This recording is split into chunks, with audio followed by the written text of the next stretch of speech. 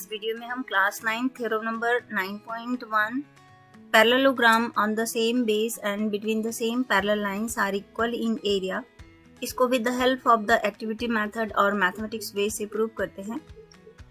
इसके लिए हमें सबसे फर्स्ट प्रीवियस कॉन्सेप्ट की जरूरत होगी। हम जानते हैं कि एरिया ऑफ जब पैरेललोग्राम होता है वो बेस मल्टीप्लाई हाइट के इक्वल होता है।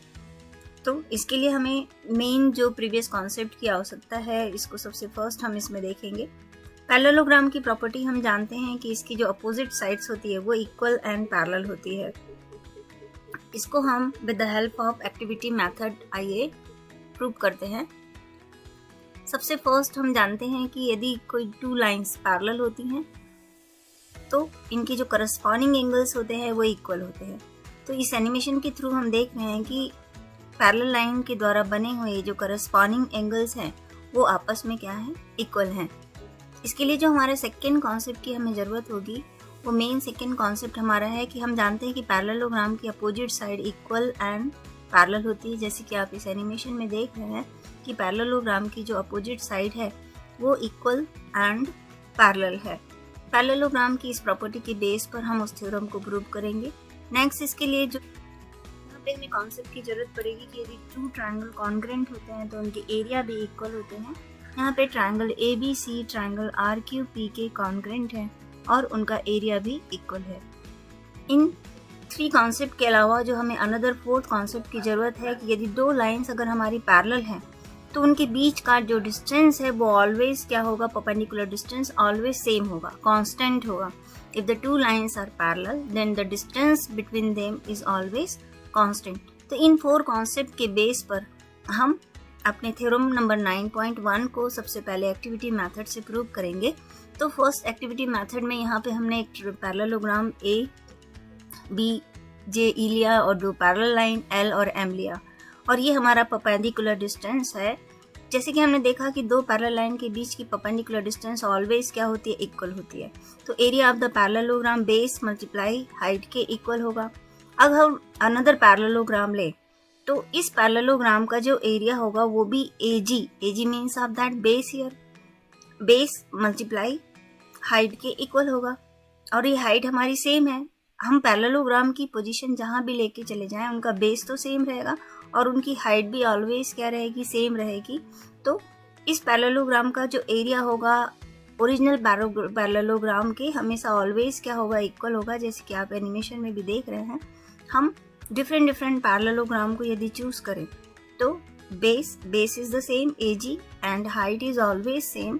So each and every parallelogram जो हमारे सेम बेस और सेम पैरेलल लाइन के बीच बने होंगे उनके जो एरिया होंगे वो ऑलवेज क्या होंगे, इक्वल होंगे, जैसे कि आप इस एनिमेशन में देख रहे हैं।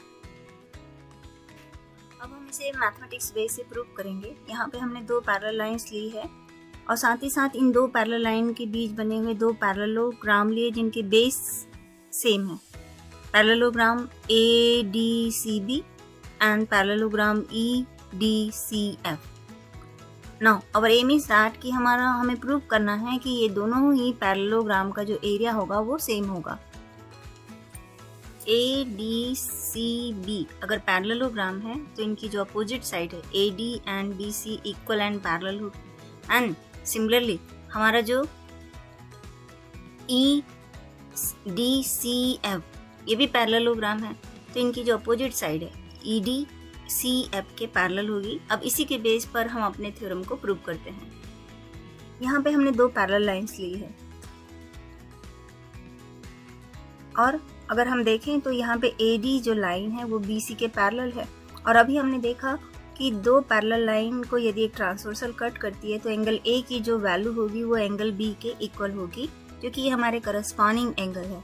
सिमिलरली यहाँ पे EDFC ये भी एक पैरेललोग्राम है तो अपोजिट साइड हमारी इनकी पैरेलल हुई, यानी EDNFC पैरेलल हुई। तो इनके द्वारा जो करस्पॉन्डिंग एंगल बनेगा, एंगल E और एंगल F की जो वैल्यू होगी वो इक्वल होगी। तो ट्रायंगल ADE और BCF में एंगल A और एंगल B इक्वल हुआ and angle E angle F के इक्वल हुआ। बिकॉज बहुत करस्पॉन्डिंग एंगल है। तो ये थर्ड जो एंगल होगा, एंगल डी और एंगल सी ऑटोमेटिक इक्वल होगा, because we know that with the help of the angle sum property, यदि किसी ट्रायंगल के दो एंगल इक्वल होंगे तो उनके थर्ड एंगल भी इक्वल होंगे, तो sir angle D is equal to angle C. अब ये हमारी ए डी और B C opposite sides of the parallelogram है, तो opposite sides of the parallelogram always equal होती है, तो triangle angle side angle property से ये ट्रायंगल हमारे कॉन्ग्रेंट होंगे। Triangle A D E is congruent to triangle B C F. अब ये दोनों ट्रायंगल यदि कॉन्ग्रेंट होंगे तो हमने अभी देखा कि यदि दो ट्रायंगल कॉन्ग्रेंट होते हैं तो उनके एरिया भी क्या होता है, इक्वल होते हैं। तो ट्रायंगल ए डी ई का जो एरिया होगा वो बी सी एफ के इक्वल होगा। अब हमें now parallelogram A B C D का जो एरिया होगा, area of triangle A D E plus quadrilateral के एरिया के इक्वल होगा quadrilateral E D C B के।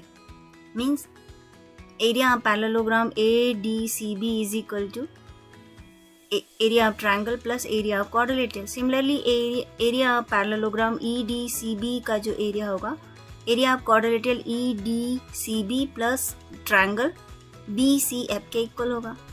अब quadrilateral भी कॉमन है और triangle के एरियाज भी हमारे सेम हैं, सो ये प्रूव करेगा कि हमारे दोनों ही पैरेललोग्राम का जो एरिया होगा वो सेम होगा, क्योंकि इनके जो बेस हैं वो सेम है। तो it means of that same base और सेम पैरेलल लाइन पर बने हुए पैरेललोग्राम का जो एरिया होता है वो हमारा सेम होता है, बिकॉज ये दोनों हमारी पैरेलल लाइंस हैं और this area plus this area मिलके हमारा ये पैरेललोग्राम का एरिया बन रहा था, and this area plus this area मिलके हमारा इस पैरेललोग्राम का एरिया बन रहा है। तो area of parallelogram A D C B is equal to area of the parallelogram E D C F. ये सेम बेस पर है और सेम पैरेलल लाइन पर है, hence area of the parallelogram in same base and same parallel line are equal in area।